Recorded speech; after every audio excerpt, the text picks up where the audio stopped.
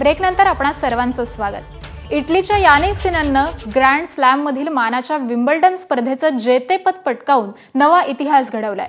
सिनरनं अंतिम सामन्यात स्पेनच्या कार्लोस अल्कराजचा 4-6, 6-4, 6-4 आणि 6-4 असा पराभव करून पहिल्यांदाच विम्बल्डन विजेतेपदावर आपलं नाव कोरलंय।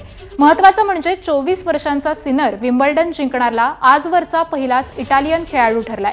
या निर्णायक लढतीवर गेल्या 2 विम्बल्डन स्पर्धांचा विजेता असलेल्या अल्कराजनं पहिला सेट जिंकून आघाडी घेतली होती, मात्र सिनरनं त्यानंतरच्या सलग 3 सेट्समध्ये वर्चस्व गाजवलं। सिनरचं आजवरचं हे चौथं जेतेपद ठरलंय। टेनिसच्या हार्ड कोर्टवर याआधी 3 ग्रँड स्लॅम विजेतेपदं नावावर असणारा सिनर यंदा पहिल्यांदाच विम्बल्डनच्या फायनलमध्ये पोहोचला होता। दरम्यान विम्बल्डनच्या सेंटर कोर्टवर त्यानं आपला पारंपरिक प्रतिस्पर्धी अल्कराजचं आव्हान यावेळी मात्र मोडून काढलंय। यंदाच्या वर्षातल्या सलग 3ऱ्या फायनलमध्ये खेळणाऱ्या या दोघांच्या लढतीत यावेळी सिनरनं बाजी मारली आहे।